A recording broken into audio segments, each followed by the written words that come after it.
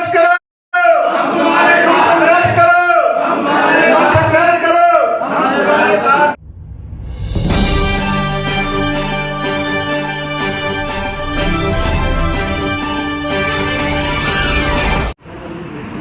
वीर भूमि, इस ग्वालियर की पवित्र भूमि को नमन करते हुए प्रातः स्मरणीय पुलिस लोक माता अहिल्या देवी होलकर के चरणों में श्रद्धा सुमन अर्पित करते हुए सभी समाज में जन्मे सभी महापुरुषों को नमन करते हुए आज की इस सभा की अध्यक्षता कर रहे राष्ट्रीय पार्टी के राष्ट्रवादी नेता, राष्ट्रीय उपाध्यक्ष, परम सम्मानित रामबरन पाल साहब, विशिष्ट अतिथि के रूप में उपस्थित राष्ट्रीय पार्टी के राष्ट्रवादी नेता, राष्ट्रीय उपाध्यक्ष, प्रभारी उत्तर प्रदेश माननीय श्री रामाश्रय पाल साहब, मंच पे उपस्थित राष्ट्रीय पार्टी के उत्तर प्रदेश प्रदेश उपाध्यक्ष चंद्रपाल पाल साहब, हमारे राष्ट्रीय पार्टी के मध्य प्रदेश प्रदेश अध्यक्ष एसटी पाल साहब, आज के कुशल संचालनकर्ता सामने डॉक्टर साहब, हमारे परम शुभचिंतक, परम मित्र, परम हितैषी बलराम पाल साहब, आज के कार्यक्रम के आयोजक संयोजक, राष्ट्रीय पार्टी के राष्ट्रीय उपाध्यक्ष मध्य प्रदेश प्रभारी इंजीनियर राम प्रकाश सिंह पाल जी, हमारे मंच पर उपस्थित बहन पूनम पाल जी, आपके ग्वालियर जनपद के सुप्रसिद्ध समाज सेविका, सुप्रसिद्ध नेता बहन मिथिलेश पाल जी, सभा में उपस्थित मध्य प्रदेश के कोने कोने से पधारे हमारे बड़े बुजुर्ग नौजवान साथियों, मैं आप सभी का राष्ट्रीय पार्टी परिवार की तरफ से स्वागत वंदन अभिनंदन करता हूं। साथियों, हमारे तमाम वक्ताओं ने अपने अपने बात को रखे। हमारे कोषाध्यक्ष जी ने बड़ी ही गंभीरता के साथ सारे बिंदुओं को छुआ, साथ ही साथ होलकर साहब ने बड़े जोश के साथ सभी लोगों को जगाने का काम किए और सभा में हमारे परम मित्र माननीय सुप्रसिद्ध समाज सेवी सुरेश पाल जी उपस्थित है और भी आप तमाम वक्ताओं ने अपने अपने बात को रखे। तो आप सभी की बात को मैं समर्थन करते हुए आप सभी की बात को मैं अपनी बात जोड़ते हुए थोड़ी सी मैं बात रखना चाहूंगा। और बात रखने से पहले राष्ट्रीय पार्टी के विषय में मैं 2 मिनट आप लोगों को अवगत कराना चाहूंगा, क्योंकि राष्ट्रीय पार्टी के मध्य प्रदेश में पहली बैठक है, तो आप सभी लोगों को पहले पार्टी के विषय में जानना बहुत जरूरी है। तो साथियों, यह पार्टी 2 अक्टूबर 2018 को इसका गठन हुआ उत्तर प्रदेश की राजधानी लखनऊ में, और रजिस्ट्रेशन कराने की जिम्मेदारी, पार्टी को चलाने की जिम्मेदारी आपके भाई बाबू राम पाल को अध्यक्ष के रूप में मिला। तो तमाम प्रक्रिया को अपनाते हुए राष्ट्रीय स्तर तक की पार्टी को गठन करने के लिए चुनाव आयोग दिल्ली से हमने पूरी प्रक्रिया किया। पूरा का पूरा 6 महीने लगा। 2 अप्रैल 2019 को पार्टी का सर्टिफिकेट हाथ में आया। उसके बाद सबसे पहला कार्यक्रम हमने दिल्ली जंतर मंतर पे किया था और हमने इस मांग के साथ किया था कि आज हमारे देश की जनता, कि हमारा देश संविधान से चल रहा है, लेकिन संविधान में बने कानून कोई इतनी इज्जत के साथ, इतनी लोगों मतलब मनोभाव के साथ नहीं मानती है जितना कि अपने पारंपरिक त्योहार को मानती है। जनता आज भी अपने होली, दशहरा, दीपावली को बड़े ही प्यार से मनाती है, लेकिन अपना जो संवैधानिक हमारा पर्व है संविधान दिवस, इसको नहीं मनाती। तो हमने मांग रखा था ऑलरेडी प्रधानमंत्री महोदय से और ऑलरेडी राष्ट्रपति महोदय को हमने ज्ञापन दिया था कि जिस तरीके से 26 जनवरी को गणतंत्र दिवस और 15 अगस्त को स्वतंत्रता दिवस मनाया जाता है, इसी तरीके से हमारे पूरे देश में 26 नवंबर को संविधान दिवस मनाया जाना चाहिए। इस मांग को लेकर के हमने पहला बड़ा कार्यक्रम दिल्ली जंतर मंतर पे आयोजित किया था। उस कार्यक्रम की सफलता को देखते हुए उत्तर प्रदेश के राजनीति में एक खलबली मची, एक बड़ा मैसेज गया कि कौन सी व्यक्ति आया है, कौन सी पार्टी आई है जो कि संविधान दिवस को पर्व के रूप में मनाने का निर्णय की है और मांग कर रही है। आप लोग देखे होंगे उसके बाद से सोशल मीडिया में और धरातल में भी सारी पार्टियों ने संविधान दिवस के ऊपर कार्यक्रम आयोजित करने लगे। आप सभी लोगों ने देखा होगा, तो यह श्रेय जाता है आपके राष्ट्रीय पार्टी को। और साथ ही साथ उत्तर प्रदेश के राज्य के बड़े बड़े दल जो सत्ता में थे या संघर्ष कर रहे थे, आपके बाबू सिंह कुशवाहा जो एचआर पार्टी के राष्ट्रीय अध्यक्ष, सुरेंद्र भारतीय समाज पार्टी के राष्ट्रीय अध्यक्ष ओम प्रकाश राजभर जी, सभी लोगों ने बैठक किए, बुलाए, बोले भाई हम लोग साथ में अगर हम संघर्ष करते हैं तो सत्ता में जा सकते हैं, अलग अलग संघर्ष करते हैं तो हम सत्ता तक नहीं जा सकते। तो हमारा भागीदारी संकल्प मोर्चा बना। 2 साल तक हम लोगों ने निरंतर प्रयास करते रहे, बड़े बड़े सभा करते रहे। चुनाव आया 2022 का, तो समाजवादी पार्टी से गठबंधन हुई। समाजवादी पार्टी से गठबंधन हुआ, सम्मान ने टिकट देने की बात की। जब चुनाव का समय आया तो फिर हमको उन्होंने धोखा देने का प्रयास किया, तो मैं हट करके समाजवादी पार्टी से अलग हट करके हमने चुनाव लड़ाया। 8 सीट पे चुनाव लड़ाया, सम्मानजनक वोट मिला। और मैं बता देना चाहता हूं, लोगों के मन में प्रश्न आता है, समाज के तमाम नेताओं के मन में प्रश्न आता है कि यार बाबू रामपाल जी कैसे पार्टी चलाएंगे, कल को बिक गए तो, कल के बेच दिए तो। फिर समाज का जैसे आज तक होते भी आया हुआ है, सोचना लाजमी है, सोचना कोई गलत नहीं है। लेकिन मैं बता देना चाहता हूं, बाबू राम के विषय में आप लोगों को पहले जानकारी होनी चाहिए कि 2022 के चुनाव में उत्तर प्रदेश में समाजवादी पार्टी के मुखिया अखिलेश यादव जी 1 टिकट दे रहे थे कि बाबू राम जी आकर टिकट लेकर के आप लड़ लो। आप समझ सकते हैं कि समाजवादी पार्टी की टिकट की कितनी वैल्यू थी। लेकिन उस टिकट को बाबू रामपाल आपका भाई ठुकरा दिया और उसके टिकट पे हमने गठबंधन में नहीं गया, वहां से अलग हटना हमने मंजूर किया। अगर टिकना होता तो मैं चला जाता, विधायक बनने की ख्वाहिश होती मैं गठबंधन में चला जाता। अगर पैसे का हमको लालच होता तो 2-4 करोड़ रुपए मैं साइड में खरीद लेता। कर सकता था, नहीं कर सकता था। लेकिन हमने पार्टी को हमको आगे बढ़ाना है, समाज के मान सम्मान स्वाभिमान को आगे बढ़ाना है। और हमारी जो समाज की जो खोई हुई सम्मान और स्वाभिमान है, क्योंकि समाज स्वाभिमानी समाज, एक लड़ाकू समाज, फाइटर कौम हमारा, लेकिन आज याचक बन के घूम रहा है। बड़ी बड़ी पार्टियों में, छोटी छोटी पार्टियों में टिकट मिल जाए, पद मिल जाए। इस समाज की खोई हुई गरिमा को हमको दिलाना है। इसके लिए हमको जो भी त्याग करना पड़ेगा, आपका भाई बाबू रामपाल वो त्याग करने के लिए। और एक और मैं बता देना चाहता हूं सभी लोगों को, दूसरे की गलतियों से, दूसरे के लोगों से भी सीखना चाहिए।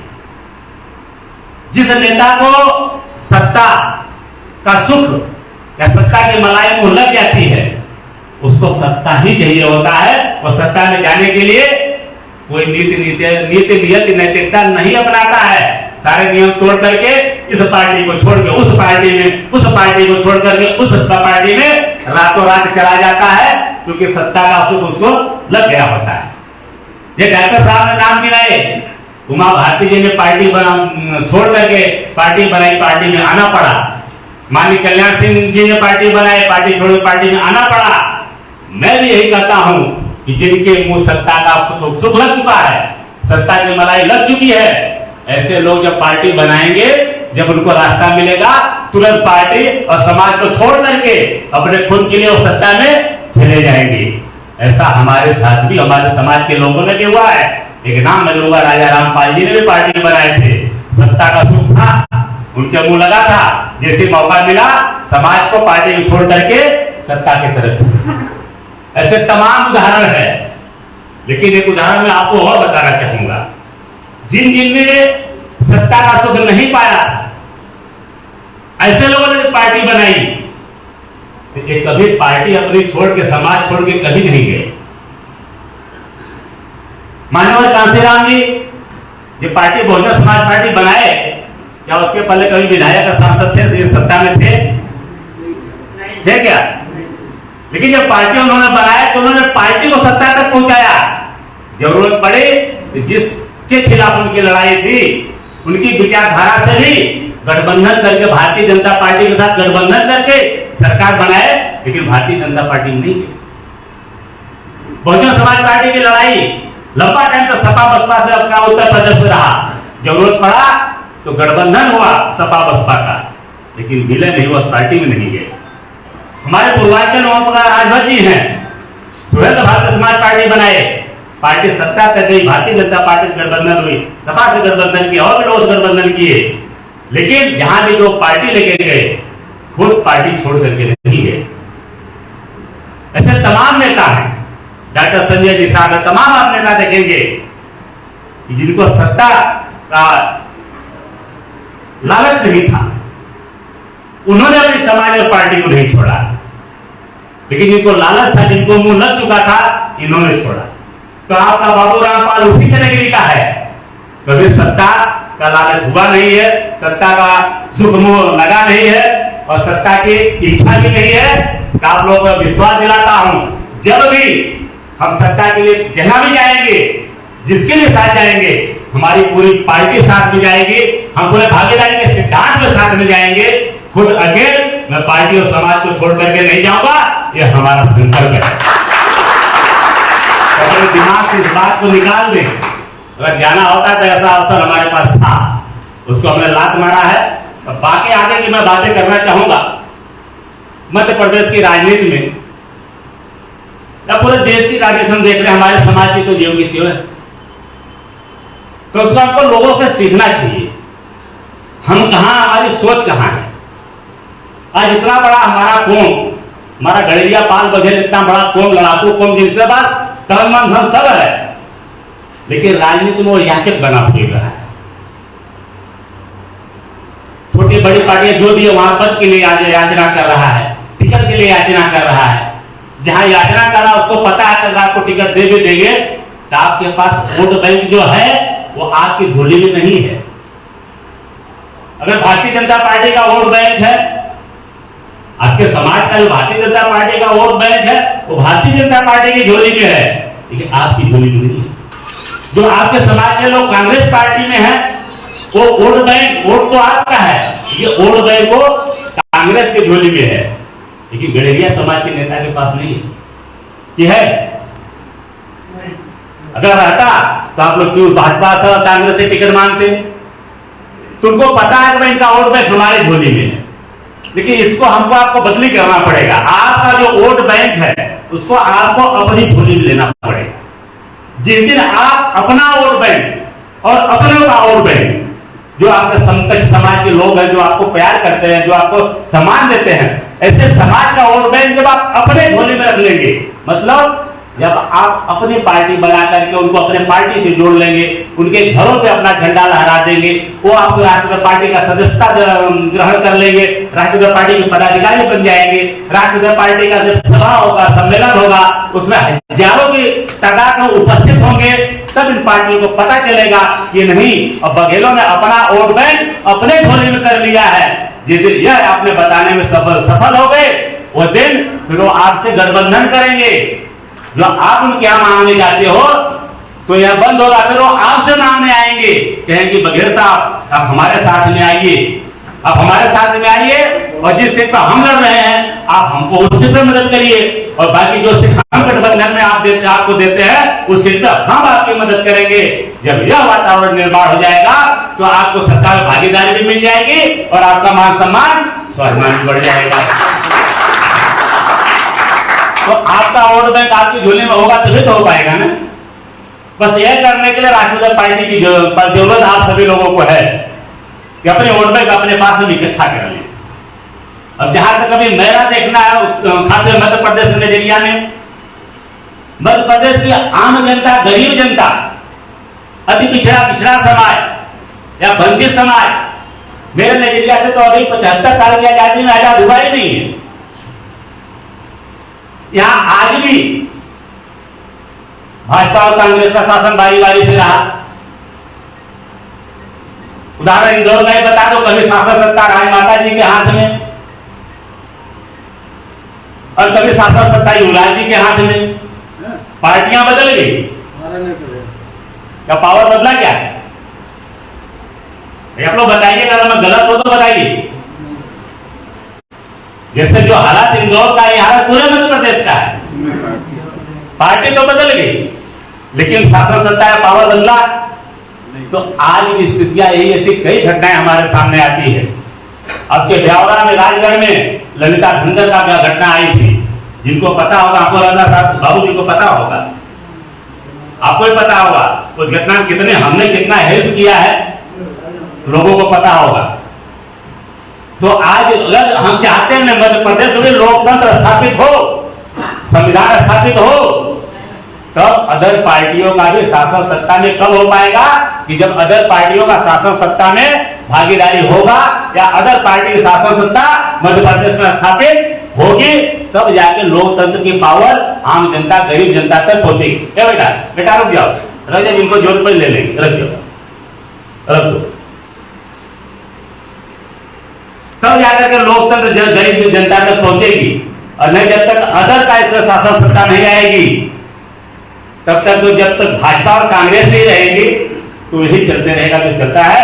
इसके लिए आप सभी लोग मुंह माया छोड़ करके पार्टियों का कि कैसे ये हारे कैसे हो जीते छोड़ करके कैसे आप सत्ता में पहुंचोगे, कैसे सत्ता में आपकी भागीदारी होगी, इसका चिंतन मनन करना पड़ेगा सर।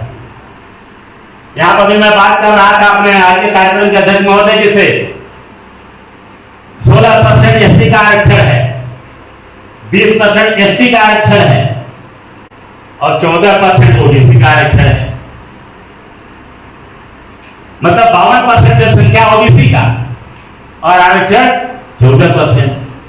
वो भी मैं समझता हूं केवल नौकरी और शिक्षा में, 73 चुनाव में भी होगा, विधानसभा लोकसभा में वह भी आरक्षण नहीं ओबीसी को।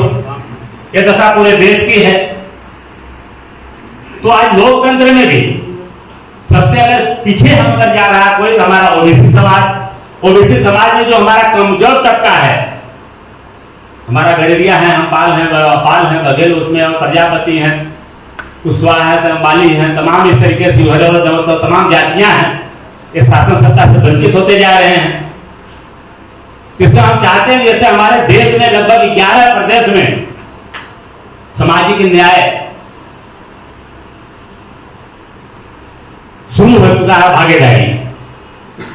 लेकिन आपका मध्य प्रदेश, हमारे उत्तर प्रदेश में सामाजिक न्याय नहीं हो पाई है।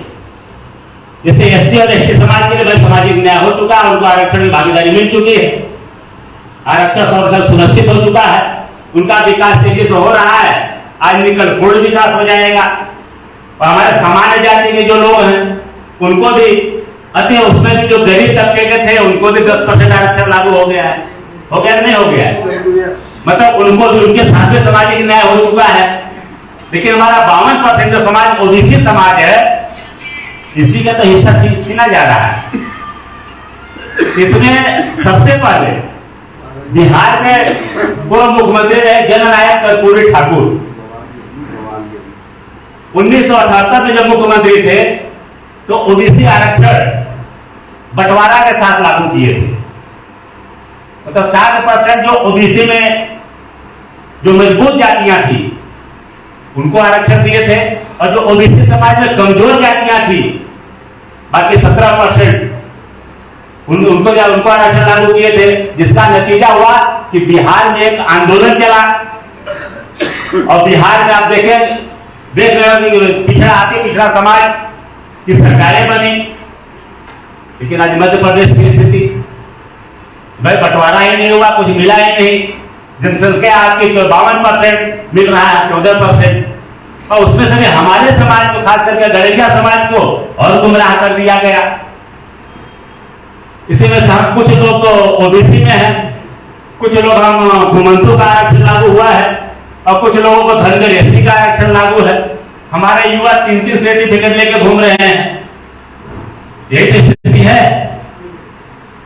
और डर लग रहा है कि तीनों हम कहां इस्तेमाल करें, कहां फंस जाए। तो पूरी तरीके से लोकतंत्र में हम गड़ेरिया समाज को तो गुमराह कर दिया गया है। इसलिए सामाजिक न्याय की अगर हम बात करते हैं तो 2 मसले थे।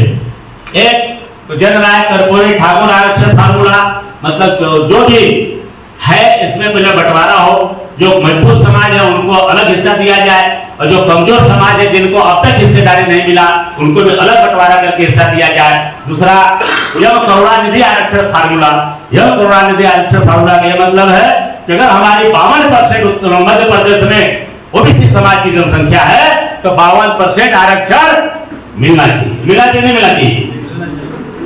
अब तो 49-50% का भी बाउंडेशन खत्म हो गया है। तो ये हमारे सामाजिक न्याय की जो हम यात्रा निकालने जा रहे हैं, ये हमारी सामाजिक न्याय की लड़ाई है। और सामाजिक न्याय यात्रा में हम कहेंगे क्या, मांगेंगे क्या, हमारी यही मांग है, भैया सबसे पहले तो पहले आरक्षण में बंटवारा कर दो, और दूसरा कि जितनी हमारी जनसंख्या है उतने आरक्षण पूरा कर दो, तभी तो सामाजिक न्याय हो पाएगा ना। एससी एसटी के साथ तो सामाजिक न्याय हो चुका है, आज निकल आगे आ जाएंगे। सामान्य के साथ भी 10% गरीब सवर्ग को आरक्षण देकर उनके साथ भी न्याय हो चुका है, तो हम ओबीसी समाज के साथ अन्याय क्यों, यही सवाल हमको सरकार से करना है। ये सवाल बनता है कि नहीं बनता है? ये लड़ाई लड़ी जानी चाहिए कि नहीं लड़ी जानी चाहिए? इसमें हम सभी लोगों को साथ में लेके चलना है, ओबीसी समाज को भी साथ में लेके चलना है, और एससी एसटी समाज के भी लोग हैं, चाहे पार्टियां बना के चला रहे हो, चाहे सामाजिक संस्थाएं बना के चला रहे हो, उनसे भी करना है भाई हम आपके साथ में हैं, आपके साथ अभी भी आरक्षण संरक्षण के बाद भी अत्याचार अन्याय बंद थोड़ी हुआ है। एससी एसटी के समाज के साथ क्या उनको आरक्षण संरक्षण मिल गया तो अत्याचार अन्याय खत्म हो गया है? नहीं हुआ ना। तो इस लड़ाई में हम उनके साथ में हैं, लेकिन हम उनसे भी चाहते हैं कि आप भी इस सामाजिक न्याय की लड़ाई में आप भी हमारे साथ खड़ा हो जाए, तब तो बात बनेगी। नहीं तो हम आपके साथ खड़े हो, आप हमारे साथ ना खड़ा हो तो कैसे बात बनेगी?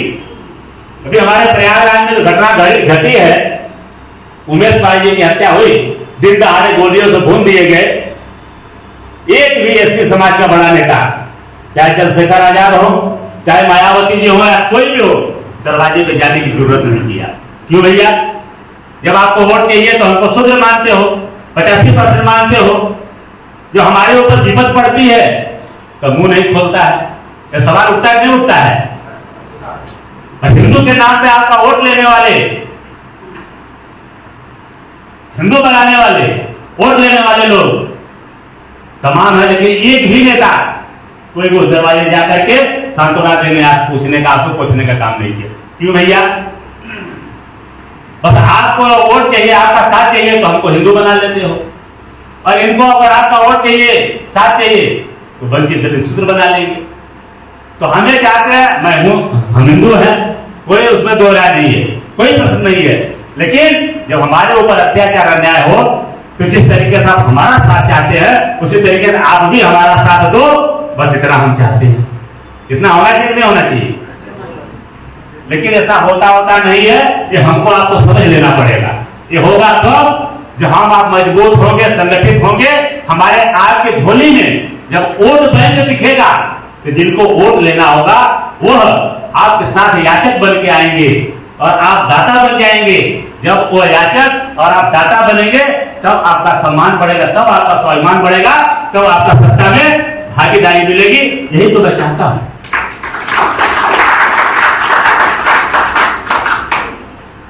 तो साथियों, वोट बैंक इकट्ठा करने के लिए आपको पार्टी की ही जरूरत।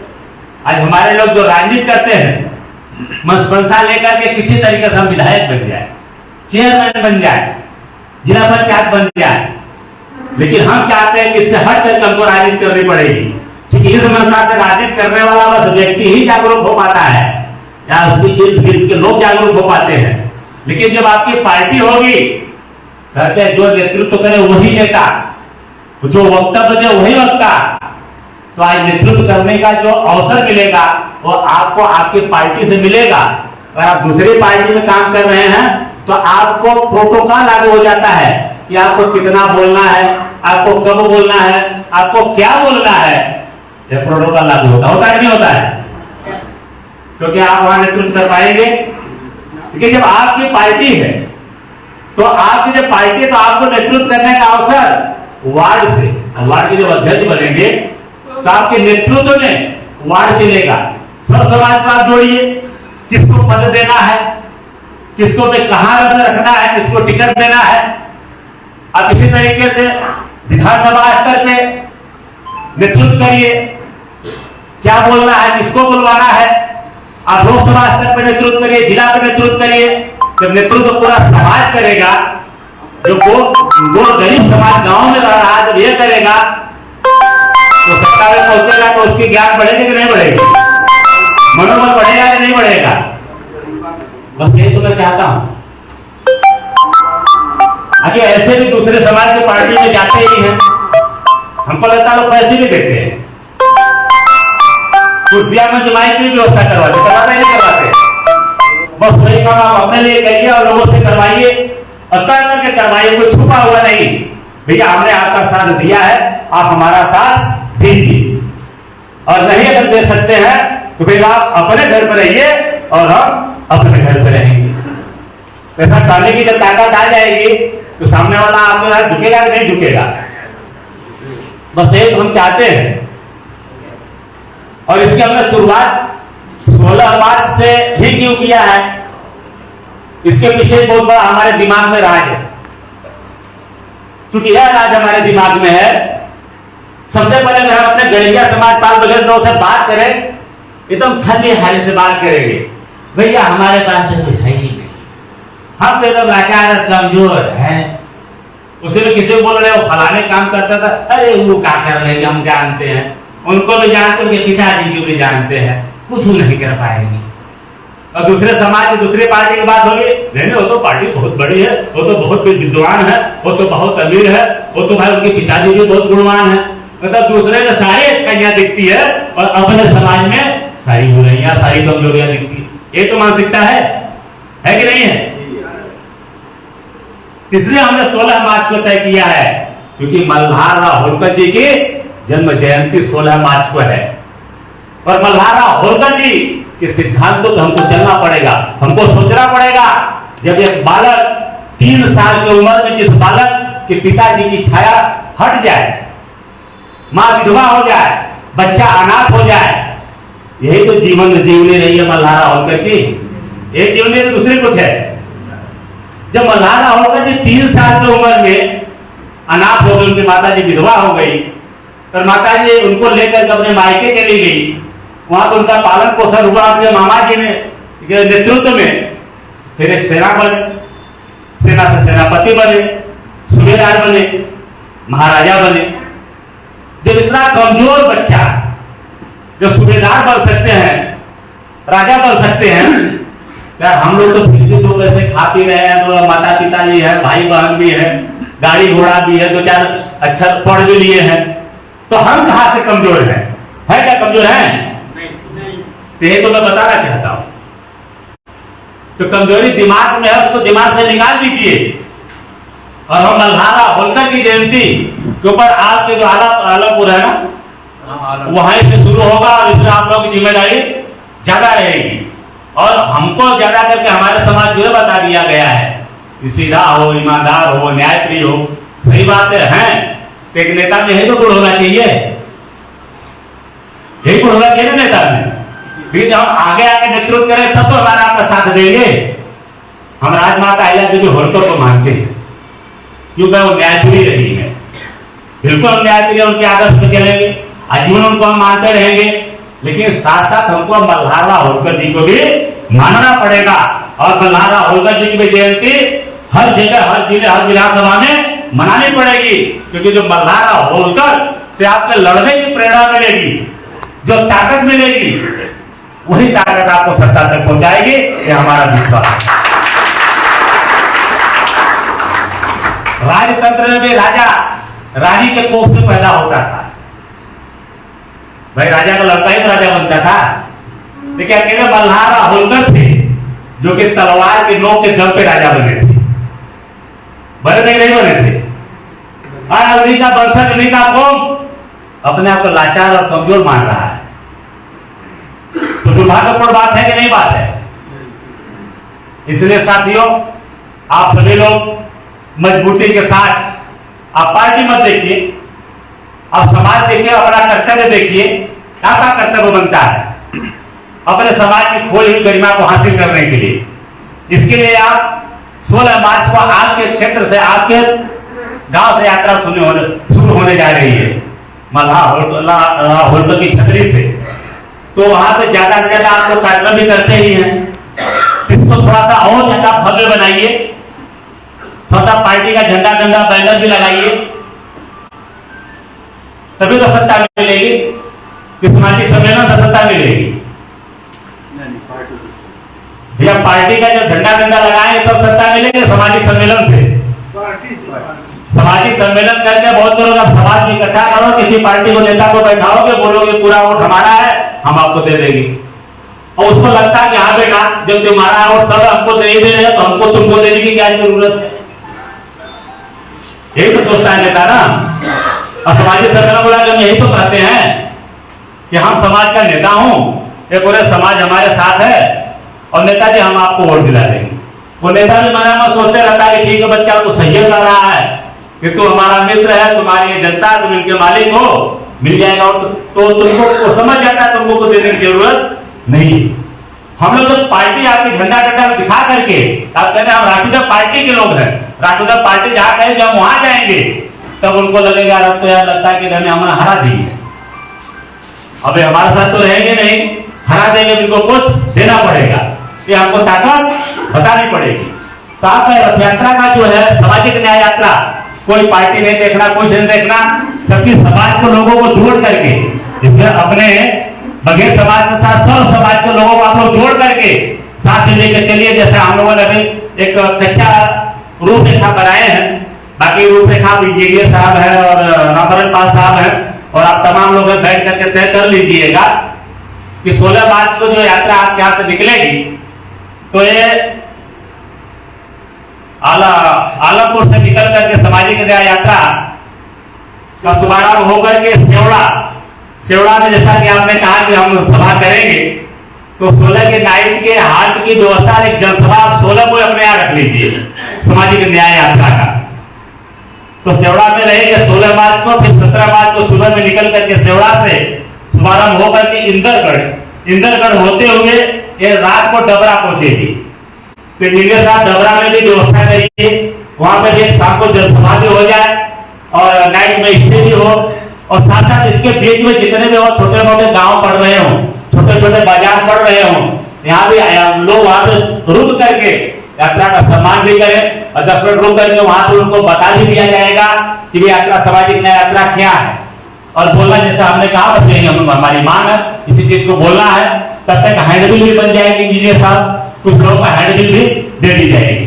फिर 17 को डबरा में रहेंगे, फिर 18 को सुबह में डबरा से शुभारंभ होकर के 18 को शाम को तमाम गांवों में बाजारों में घूमते घूमते शाम को ग्वालियर में यात्रा आ जाएगी।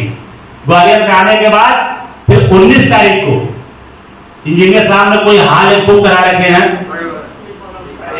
ये बगल में ही है, तो यहाँ पे जो समापन 19 तारीख को होगा सामाजिक न्याय यात्रा का, जो 19 तारीख यहाँ पे आएगी जनसभा होगा, यह जनसभा ऐतिहासिक होनी चाहिए।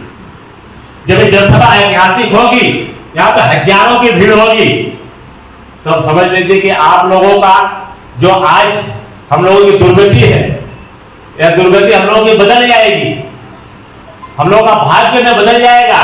क्योंकि चुनाव आपका अक्टूबर नवंबर में होने वाला है। जो पार्टी आप हमको और राजनीति समझ रहे हैं, ये समझने लगे कि यार नहीं, अब बघेलों को हम नजरअंदाज नहीं कर सकते हैं। ये 4 दिन की यात्रा आलमपुर से चल करके ग्वालियर पहुंची है, हजारों की जनसंख्या पहुंची है। इन्होंने संकल्प ले लिया है हम राष्ट्रीय पार्टी को ही वोट देंगे। तो फिर जिनको भी मुख्यमंत्री बनना है 2023 में मध्य प्रदेश, जिनको मुख्यमंत्री बनना है, या आपको ढूंढते ढूंढते आ जाएंगे कि पता करो इंजीनियर साहब कहाँ रहते हैं, पता करो एसटी पाल साहब कहाँ रहते हैं, पता करो जगमोहन पाल साहब कहाँ रहते हैं। फिर आपको जो टिकट भी देने के लायक नहीं समझते हैं, या आपको भागीदारी लेकर गठबंधन में लेकर के सरकार में भागीदारी बनाने की सोचेंगे। ये हमारा विश्वास है आप लोगों के साथ। हमको लगता है ये काम तो कर ही सकते हैं, बहुत बड़ा तो काम नहीं है। 4 दिन का काम तो निकल, टाइम तो निकल सकता है ना बाबूजी, नहीं निकल सकता भाई। जब हम इतनी भी कुर्बानी नहीं दे सकते तो सत्ता हासिल कैसे करेंगे? सत्ता कुर्बानी मांगती है, अरे कुर्बानी दे सकते हैं, ताकत आप लोगों के पास है। अच्छा ये बताइए, यात्रा सामाजिक न्याय की यात्रा में कितने लोग सहमत हैं और कितने लोग साथ में रहेंगे? जरा हाथ उठा कर सहमति हमको जरा दीजिएगा। बाबूजी सभी लोग सहमत है ना? देखिए लड़ाई सत्ता की है। जैसे ही आप लोग बाहर निकलेंगे सत्ता की लड़ाई लड़ने के लिए, तुरंत लोग पहले आपका मजाक उड़ाना चालू करेंगे। कि बघेलों पार्टी बना रहे, बघेल में सत्ता में जाएंगे, हमको वह भी स्वीकार करना है। कुछ लोग गालियां भी बकेंगे, कमेंट भी करेंगे, हमको वह भी स्वीकार करना है, क्योंकि कल हमको सत्ता का जो सुख चाहिए, तो उसके बाद छोटे मोटे दुख को भी हमको स्वीकार करना पड़ेगा नहीं करना पड़ेगा। तो इसलिए आप सभी लोग यहाँ पे हैं, इसके बीच में कितने और गांव पड़ रहा है, बैठ करके इंजीनियर जैसे आप लोग रूपरेखा बना लीजिए। इंजीनियर साहब कहें तो बीच में 2-4 दिन के लिए हम किसी और को भेज देंगे आपकी इस यात्रा में, क्योंकि अभी करो या मरो के तहत हमको काम करना पड़ेगा।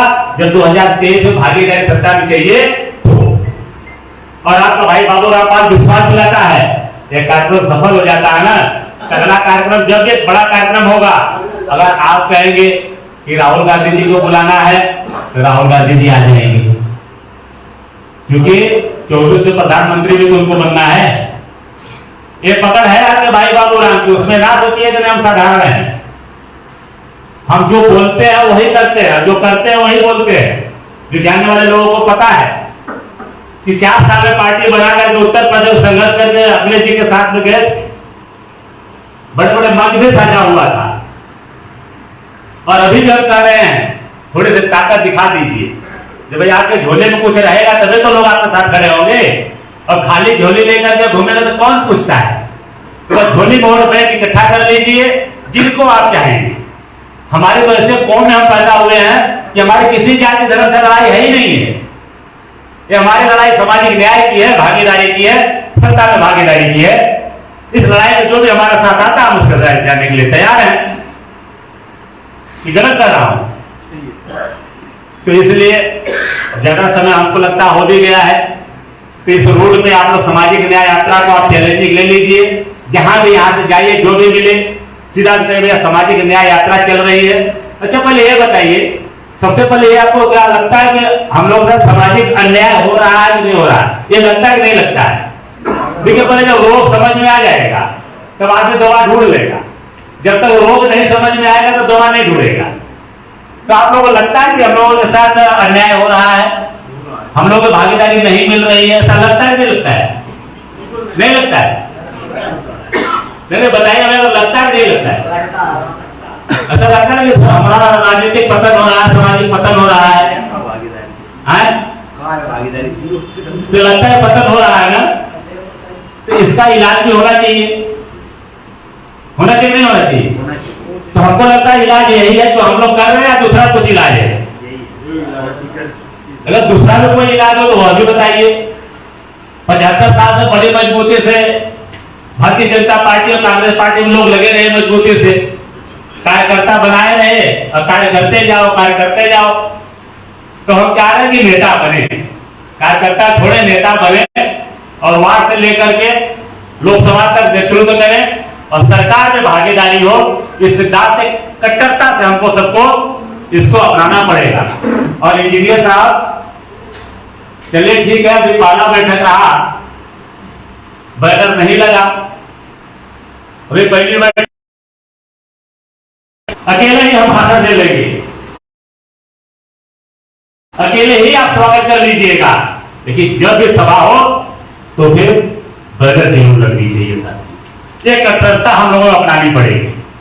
जब तक एक कट्टरता नहीं लाएंगे, जब तक सबकी सुनेंगे, तब तक सत्ता में हम नहीं जा पाएंगे। गलत कर रहा हूं? परवाह छोड़ दीजिए कौन आता है कौन नहीं आता है, परवाह मत करिए कौन साथ देता है कौन नहीं साथ देता है। बस आप काम करिए, कट्टरता के साथ काम करिए, जो कहते हैं आप वही करिए। आज नहीं कल मैं आपको विश्वास दिलाता हूं, मध्य प्रदेश की धरती पे राष्ट्रीय पार्टी एक घर घर में पहुंचेगी, जरा जरा राष्ट्रीय पार्टी के साथ रहेगा और जन जन पार्टी के साथ जाएगा, पार्टी सत्ता तक पहुंचेगी। ये हमारा विश्वास है।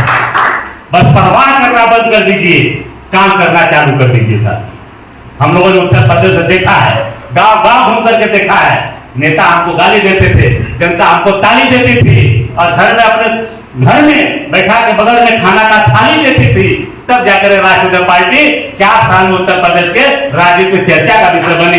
ये हमारा अनुभव। नेता को मत करिएगा, लेकिन जनता आपको, हम पूरा विश्वास दिलाता हूं, जब आप चलेंगे निश्चित लगातार चलेंगे, इनके सुख दुख में साथ देंगे, यही जनता आपको तालियां बजाएगी, यही हमारे समाज के लोग आपको भोजन की थालियां देंगे, कहीं आपको भूखा नहीं रहने देंगे, किसी प्रकार की तकलीफ नहीं आने देंगे। बस आप सीना चौड़ा करके चल पड़िए, ये हमारा विश्वास है। इन्हीं के साथ मैं तमाम आए हुए सभी महानुभावों का आभार प्रकट करते हुए और 16 मार्च से जो प्रस्तावित यात्रा है इसको सफल बनाने के लिए आमंत्रित करता हूं और मैं आशा और उम्मीद लेकर के यहाँ से जाता हूं कि यह कार्यक्रम ऐतिहासिक होगा, सफल होगा, यह हमें पूरा विश्वास है। तो 16 मार्च को पूरी ताकत आप लोग झोंक दीजिए आलमपुर में और 19 मार्च को इस ग्वालियर की यहाँ पे सभा पे भरिए, क्योंकि आग की लड़ाई है, आग का मान सम्मान है। इसमें आपका भाई बाबूराम पाल एक राष्ट्रीय जनता पार्टी का कार्यकर्ता है, आज राष्ट्रीय अध्यक्ष है, कल पार्टी का राष्ट्रीय अध्यक्ष कोई और हो जाएगा। नेता हम केवल अकेले बाबूराम पाल नहीं, बाबूराम चाहता है कि गांव से लेके गोर से गरीब आदमी भी नेता बने, उसके हौसले बढ़े, वो अपनी लड़ाई स्वयं लड़े, तब जाकर के विकास होगा और तभी उसके साथ अत्याचार अन्याय बंद होगा।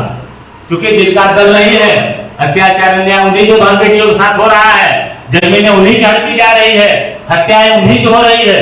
तो ये जुर्म जाति अत्याचार कब तक, इसको हम कब तक सहन करेंगे? सहन करना चाहिए कि लड़ना चाहिए?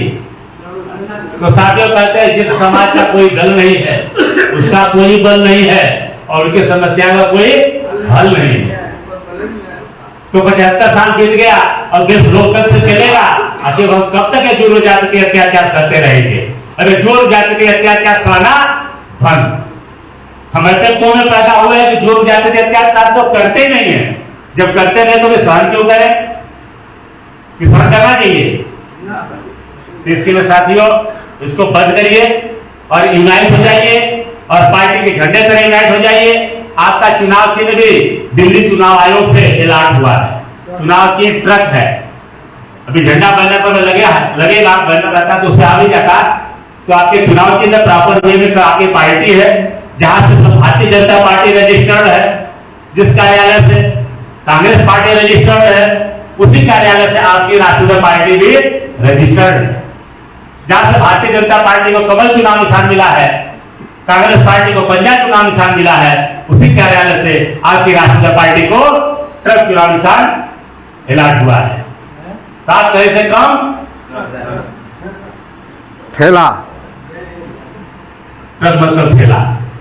तो साथियों इसी के साथ मैं अपनी वाणी को विराम देता हूं और इस सामाजिक न्याय यात्रा को सफल बनाना है और आप सभी लोगों का मैं आभार प्रकट करते हुए अपनी वाणी को विराम देता हूं। जय हिंद, जय भारत, जय भारत।